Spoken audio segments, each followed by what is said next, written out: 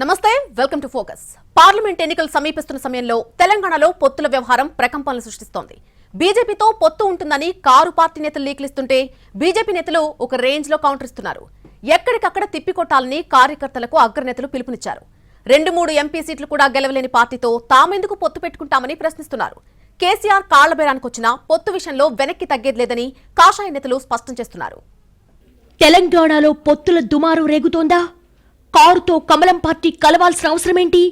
పొత్తుల పుకార్లతో బీజేపీకి జరిగిన నష్టమెంత? కారు ప్రపోజల్ను కమలం ఎందుకు వద్దంటోంది? మెజార్టీ సీట్లు గెలుస్తామన్న ధీమా బీజేపీ నేతల్లో ఉందా? పార్లమెంట్ ఎన్నికల్లో బీజేపీ బీఆర్ఎస్ పొత్తు పెట్టుకుంటాయని జోరుగా ప్రచారం జరుగుతోంది. బీజేపీ నేతృత్వంలోని ఎన్డీఏలో చేరేందుకు కేసీఆర్ బీజేపీ అగ్రనేతలతో సంప్రదింపులు జరుపుతున్నారని కారు పార్టీ నేతలు లీకులిస్తున్నారు. అయితే తెలంగాణ బీజేపీ నేతలు మాత్రం బీఆర్ఎస్ తో పొత్తు వార్తల్ని కొట్టిపడేస్తున్నారు. 6-100 కేసీఆర్ తో పొత్తన్నమాట ఉండే ప్రసక్తే లేదని తేల్చి చెప్తున్నారు.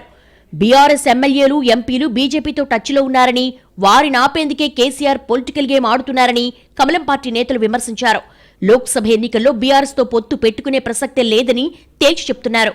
అసలు ఆ పార్టీతో పొత్తులు పెట్టుకోవాల్సిన అవసరం ఏంటని ప్రశ్నలు వేస్తున్నారు. లోక్సభ ఎన్నికల్లో తెలంగాణలో పొత్తులపై కేంద్ర మంత్రి, తెలంగాణ బీజేపీ అధ్యక్షుడు కిషన్ రెడ్డి క్లారిటీ ఇచ్చారు. రాష్ట్రంలో ఎట్టి పరిస్థితుల్లోనూ ఏ పార్టీతోనూ పొత్తులు పెట్టుకోబోమని, రాష్ట్రంలో ఒంటరిగానే పోటీ చేస్తామని స్పష్టం చేశారు. 17 పార్లమెంట్ సీట్లలో బీజేపీ స్వతంత్రంగా బరిలోకి నిలుస్తుందన్న ఆయన బీఆర్ఎస్ ను మునిగిపోయే నావని అన్నారు. బీఆర్ఎస్ కుటుంబ పార్టీ అయిన కిషన్ రెడ్డి అవినీతి, తెలంగాణను దోచుకున్న పార్టీగా అభివర్ణించారు. అలాంటి పార్టీతో పొత్తుల ప్రసక్తే లేదని కుండబద్దలు కొట్టారు. సూర్యుడు పడమర దిక్కున ఉదయించడం అనేది ఎంత అవాస్తవమో, బీఆర్ఎస్ తో బీజేపీ పొత్తు పెట్టుకుంటుందన్నది కూడా అంతే అవాస్తవమని చెప్పారు. తెలంగాణలో బీఆర్ఎస్ తోనే కాదు, ఏ ఇతర పార్టీతోనూ పొత్తు ప్రసక్తే లేదన్నారు. బీఆర్ఎస్ బీజేపీ మధ్య పొత్తు ఉంటుందని ఎవరైనా మాట్లాడితే వారి 2 చెంపలు గట్టిగా వాయించాలని ప్రజలకు విజ్ఞప్తి చేశారు. బీఆర్ఎస్ తో బీజేపీ పొత్తు పెట్టుకుంటుందని కొందరు మూర్ఖులు తప్పుడు ప్రచారం చేస్తున్నారని మండిపడ్డారు. మెడ మీద తలకాయ నేను మాట్లాడుతుంటారు కాబట్టి దేని చేస్తుందని. ఎవడైనా మెడ మీద తలకాయ ఉన్నాడు, మా పార్టీ రాజకీయ పరిస్థితి చూసిన తర్వాత టీఆర్ఎస్ తోటి కలుస్తామని ఎవడని అనుకుంటే, ఎవడైనా ప్రచారం చేస్తే మూర్ఖులు వాళ్ళు. భారతీయ జనతా పార్టీ తెలంగాణలో స్వతంత్రంగా పోటీ చేస్తుంది. 17 సీట్లకు పోటీ చేస్తాము, మెజార్టీ సీట్లు గెలుస్తాము. మునిగిపోయే నావను పట్టుకోము. ఇప్పుడు కూడా మునిగిపోయే నావకు మేము సహకారం అందించే ప్రసక్తి లేదు. మేము స్వతంత్రంగా ముందుకెళ్తాము. మేము ఏ రోజు కూడా, ఈ రోజు కాదు, ఏ రోజు కూడా టీఆర్ఎస్తో కలవలే. మేము ఒక సీట్ వచ్చినప్పుడు కూడా కలవలేదు. ఇప్పుడు ఎందుకు కలుస్తాం? బీఆర్ఎస్ కాళ్లబేరానికి వచ్చినా రానున్న లోక్సభ ఎన్నికల్లో ఆ పార్టీతో పొత్తు ఉండబోదని బీజేపీ ఎంపీ లక్ష్మణ్ స్పష్టం చేశారు. తల్లకిందులుగా తపస్సు చేసినా కేసీఆర్ ను దగ్గరకు రానివ్వమన్నారు. తెలంగాణలో బీఆర్ఎస్ పార్టీ కథ ముగిసిందన్న ఆయన, అసెంబ్లీ ఎన్నికల్లో బీఆర్ఎస్, కాంగ్రెస్ ఒకటే ప్రచారం చేసినా ప్రజలు నమ్మలేదన్నారు. బీఆర్ఎస్ మునిగిపోయే నావన్న ఆయన, బీఆర్ఎస్ సిట్టింగ్ ఎంపీలు తమతో టచ్లో ఉన్నారని లక్ష్మణ్ తెలిపారు. బీజేపీని ఎదుర్కొనేందుకు కాంగ్రెస్, బీఆర్ఎస్ రహస్య ఒప్పందం చేసుకున్నాయని ఆరోపించారు. బీఆర్ఎస్ ప్రభుత్వంలో జరిగిన అవినీతిపై కాంగ్రెస్ ఎందుకు చర్యలు తీసుకోవడం లేదని ప్రశ్నించారు. ఆంధ్రాలో పొత్తులపై అధిష్టానం నిర్ణయం తీసుకుంటుందని తెలిపారు. బోర్డు మెంబరు నేను చెప్తున్నా, 17 సీట్లు మేము పోటీ చేస్తున్నాం. వాళ్ళు ఎన్ని రకాల కాళ్ళ బేరానికి వచ్చినా ఇవాళ పొత్తు ప్రసక్తే లేదు. తెలంగాణలో ఆంధ్రప్రదేశ్ అధిష్టానం ఆలోచన చేస్తుంది. దాని మీద చర్చలు జరిగితే అధిష్టానం నిర్ణయం చేస్తుంది. లోక్సభ ఎన్నికల్లో బీఆర్ఎస్ పార్టీతో బీజేపీ పొత్తు పెట్టుకునే ప్రసక్తే లేదని బీజేపీ జాతీయ ప్రధాన కార్యదర్శి ఎంపీ బండి సంజయ్ స్పష్టం చేశారు. బీజేపీ బీఆర్ఎస్ మధ్య పొత్తు ఉందని ఎవరైనా అంటే వాళ్ళని చెప్పుతో కొట్టాలని కార్యకర్తలకు పిలుపునిచ్చారు. కాంగ్రెస్, బీఆర్ఎస్ పార్టీల మధ్య లోపాయికారి ఒప్పందం ఉందని, ఇందులో భాగంగా బీజేపీని దెబ్బతీయడానికి బీఆర్ఎస్ తో పొత్తని తప్పుడు ప్రచారం చేస్తున్నారని మండిపడ్డారు. బీజేపీ వైపు రాముడు, ప్రధాని నరేంద్ర మోడీ ఉన్నారని, కానీ బీఆర్ఎస్, కాంగ్రెస్ వైపు రాక్షసులున్నారంటూ బండి సంజయ్ దుయ్యబట్టారు. భారతీయ జనతా పార్టీకి బీఆర్ఎస్ కు పొత్తు ఉండదు. ఎవడన్నా బీఆర్ఎస్ కు బీజేపీ పొత్తు ఉందని ప్రచారం చేసే ఫాల్తు రాజకీయ నాయకులకు ఒకటే వార్నింగ్. మీరు చెప్పులేసుకున్నారా? చెప్పులు తీరే. ఎవడన్నా అంటే ఈ చెప్పుతో కొట్టురానా, చెప్పుతో కొట్టుది. ఈ ఇంతకంటే ఏం లేదు. ఎవడన్నా ఇంకొకసారి బీజేపీకి బీఆర్ఎస్ కు పొత్తు ఉంది అని బీఆర్ఎస్ కానీ ఎవరు రాజకీయ నాయకులు అంటే చెప్పుతో కొట్టురానా. ఇప్పుడు క్లారిటీగా. బీఆర్ఎస్ తో బీజేపీకి ఎట్టి పరిస్థితుల్లోనూ పొత్తు ఉండదన్నారు బీజేపీ నేత కొండ విశ్వేశ్వరరెడ్డి. గులాబీ నేతలను ఆ పార్టీ అధినేత కేసీఆర్ మోసం చేస్తున్నారని మండిపడ్డారు. పార్టీ ఖాళీ అవుతోందన్న భయంతోనే కేసీఆర్, కేటీఆర్, హరీష్ రావులు పొత్తు డ్రామాలు మొదలుపెట్టారని మండిపడ్డారు.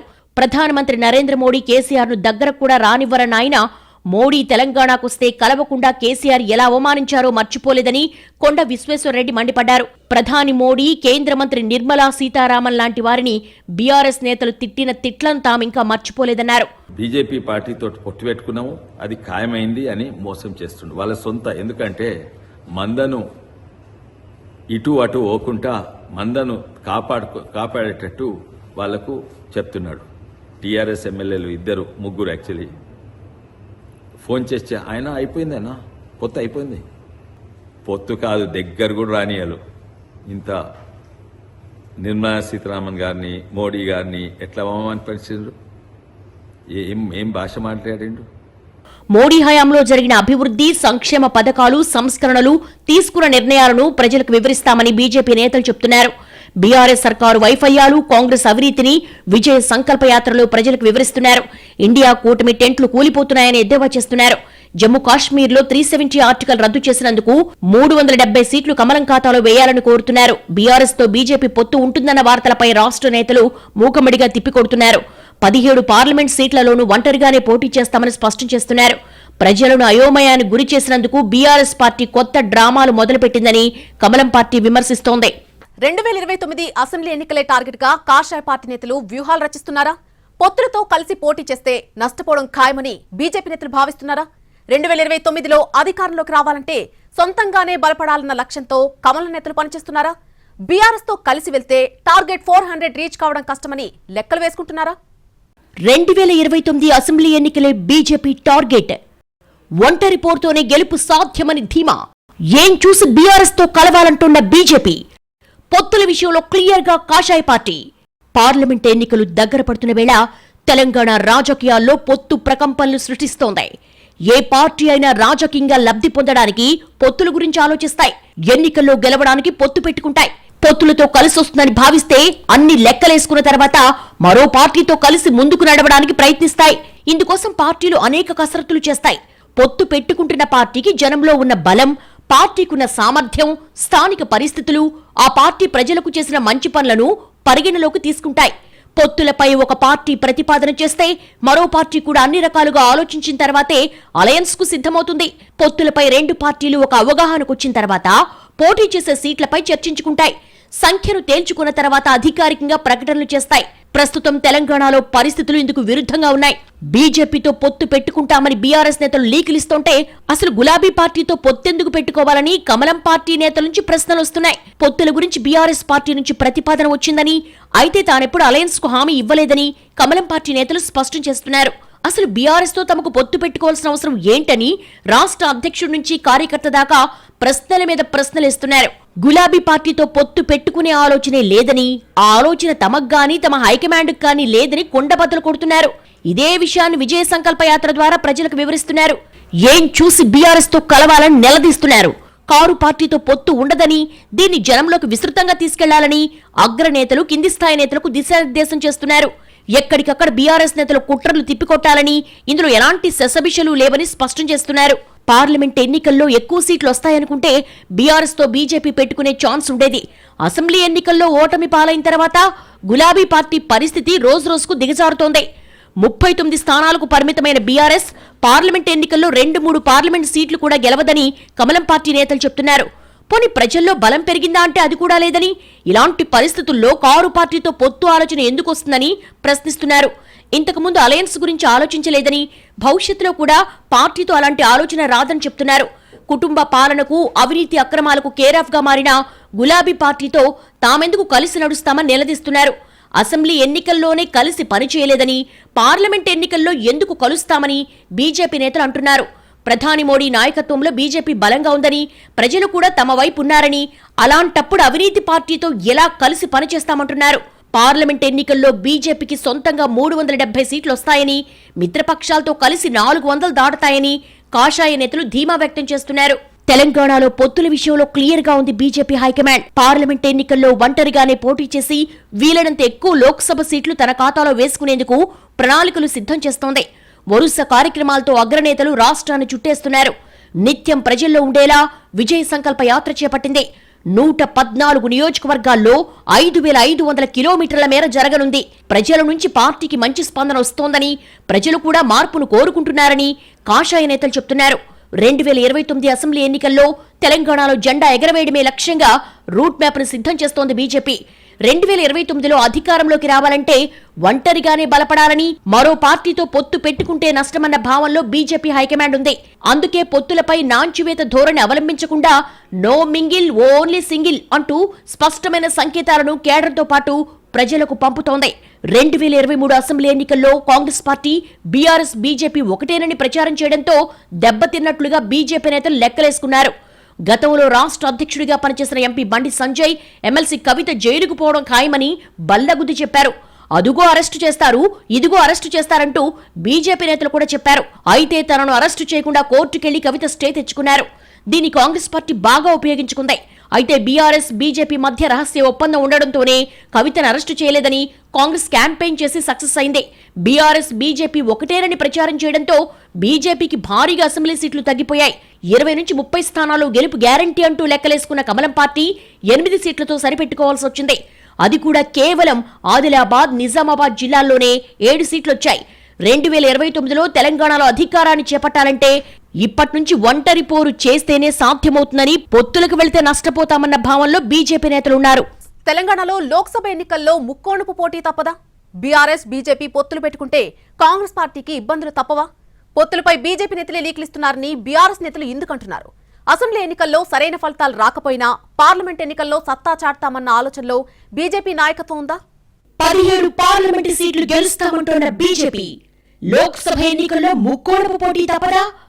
ప్రధాని మోడీ బ్రాండ్ బీజేపీకి కలిసొస్తుందా? కమలం నేతలు ఒంటరిగా పోటీ చేసి సత్తా చాడతారా?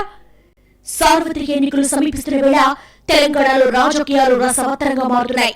త్వరలో లోక్సభ ఎన్నికలు రానుండటంతో పొత్తు దుమారం తారస్థాయికి చేరింది.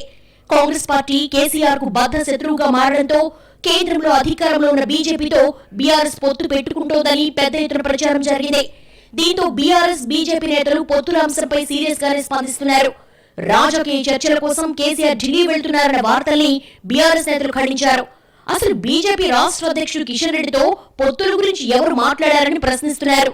తాము కిషన్ రెడ్డితో ఎప్పుడైనా పొత్తుల గురించి ఊసెత్తామా? బండి సంజయ్, లక్ష్మణ్, కిషన్ రెడ్డి ఎందుకు ఎగిరిపడుతున్నారు?